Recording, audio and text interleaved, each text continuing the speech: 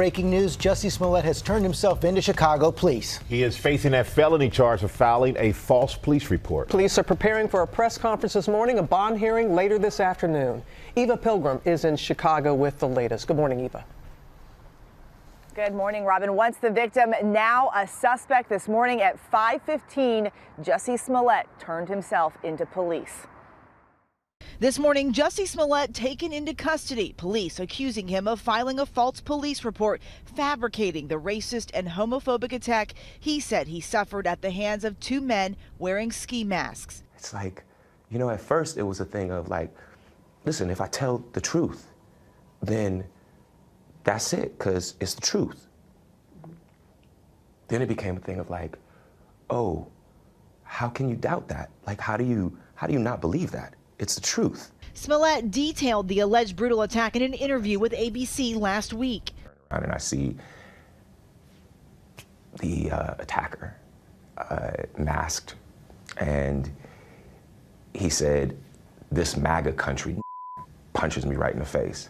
So I punched his ass back. And then we started tussling. But in newly released surveillance video, these two brothers, who police initially identified as attackers, are seen buying what appear to be a ski mask and red baseball caps.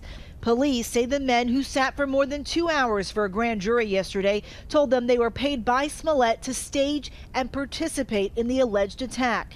I think Jussie Smollett should come clear because the truth will set him free.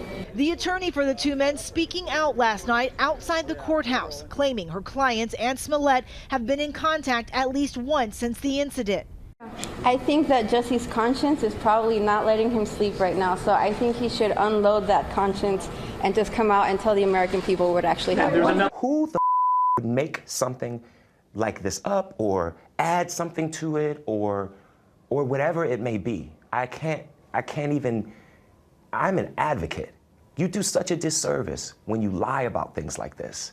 Overnight, a new statement from Smollett's legal team defending the actor, saying, like any other citizen, Mr. Smollett enjoys the presumption of innocence, particularly when there has been an investigation like this one, where information, both true and false, has been repeatedly leaked. Given these circumstances, we intend to conduct a thorough investigation and to mount an aggressive defense. If convicted, the Class 4 felony could put the 36-year-old behind bars. And we are told that Smollett made a statement to police before being taken into custody. He is expected here in bond court later this afternoon, guys. All right, Eva, thank you. We're going to bring in our chief legal analyst, Dan Abrams, and our senior legal correspondent and analyst, Sunny Hostin. Thank you both for coming in this morning. Dan, it is apparent that the police fully believed the brothers and fully believe that Smollett set this up. Right, and they must have corroborating evidence. We saw there the video of the brothers buying the mask and the rope, etc. And remember, why you have to ask yourself, why would the brothers implicate themselves in this if they had nothing to do with it, right? So now you're in a position where the only defense I can really think of for Smollett is going to be, yes, they did this to me. I had no idea that they were going to do this to me. And they said these things and I had nothing to do with it. That's why text messages, electronic receipts, anything bringing them together is going to be a problem for them. And it also appears clear that they've testified in front of the grand jury under penalty of perjury, and that a grand jury has indicted them for these charges. Well, that's not the only thing that's happened right here. We also know that Smollett's lawyers have been in negotiations with the police and prosecutors as well. So there are other possible outcomes here. Right. Well, yeah, there are. I mean, first of all, we're seeing a different tone from the Smollett team now. Initially, it was, how dare you suggest that he might have made this up? He's a victim here. Now it's talking about the presumption of innocence, which is what we hear with anyone who's charged with a crime. The question's going to be, is there some sort of deal that can be reached? And you first have to ask yourself, are prosecutors going to offer any deal? I mean, that's question one. And you know, as a former prosecutor, I will tell you that what is very difficult about this case is many hours of you know, were spent investigating it. And Chicago is this area is a very high crime area. And so those police hours could have been spent investigating what the police other are saying crimes. right now is that they didn't use resources that would have been used on other homicides, but there are clearly costs involved here, and any settlement would have to involve paying back those costs. Paying back those costs, and also think about the larger issue here, which is the chilling effect on victims' crime victims coming forward. I spent many, many, many hours trying to get victims of crimes to come forward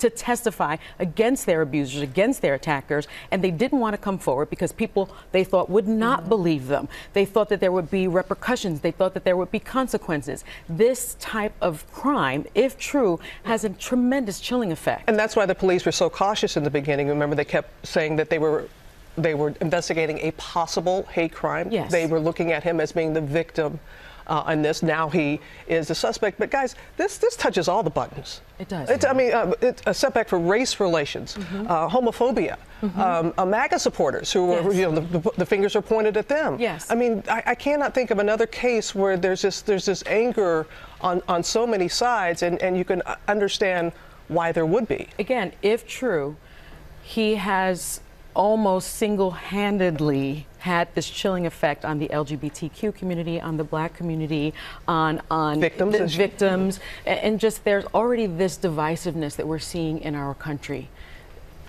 I don't think our country needed this at this time, and I think because of that, prosecutors are going to be taking this very, very seriously. And George, to your point, a deal in this kind of case, this kind of high-profile case, I think may be very difficult to come by. Yeah, I think that's right. And again, when you watch, I think your interview is going to be evidence in this case. No I mean, question. that sort of locks him in there to a particular account.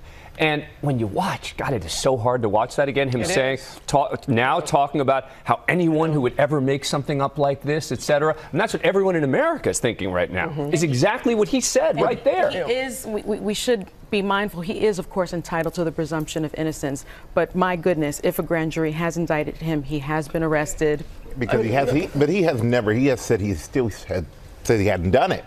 Yes. The brothers are saying one thing, he's saying another. How do you get through that he said, she said process? You look for objective evidence. You look for something that is beyond just accounts. You look for texts, emails, e-receipts, videos, surveillance, etc. That's all assuming a fight, though. I mean, but it is possible. Tell me if I'm wrong here, but it is possible that if in that statement he gave to the police this morning, he comes out, he then confesses and says, I did do this, that could be the path towards more leniency, correct? Absolutely. If you take responsibility, prosecutors always look very, very kindly on that. I always did. But that doesn't necessarily mean you get a deal. I mean, it still could mean you're pleading guilty to the crime you were charged with. And he can't really look to because the brothers are not getting immunity here, right? The brothers, didn't the police? There's no indication yet. There's no indication. Their lawyers saying they don't need immunity, right? Their lawyers saying that there's no concern for them on the legal front. Now, we'll have to see on that, but... Well, if the only charge against Smollett is that he filed a false police report, if they didn't lie to the police, then they didn't... Right, but the question is going to be, what did they know about what he was going to do with this? Exactly. I mean,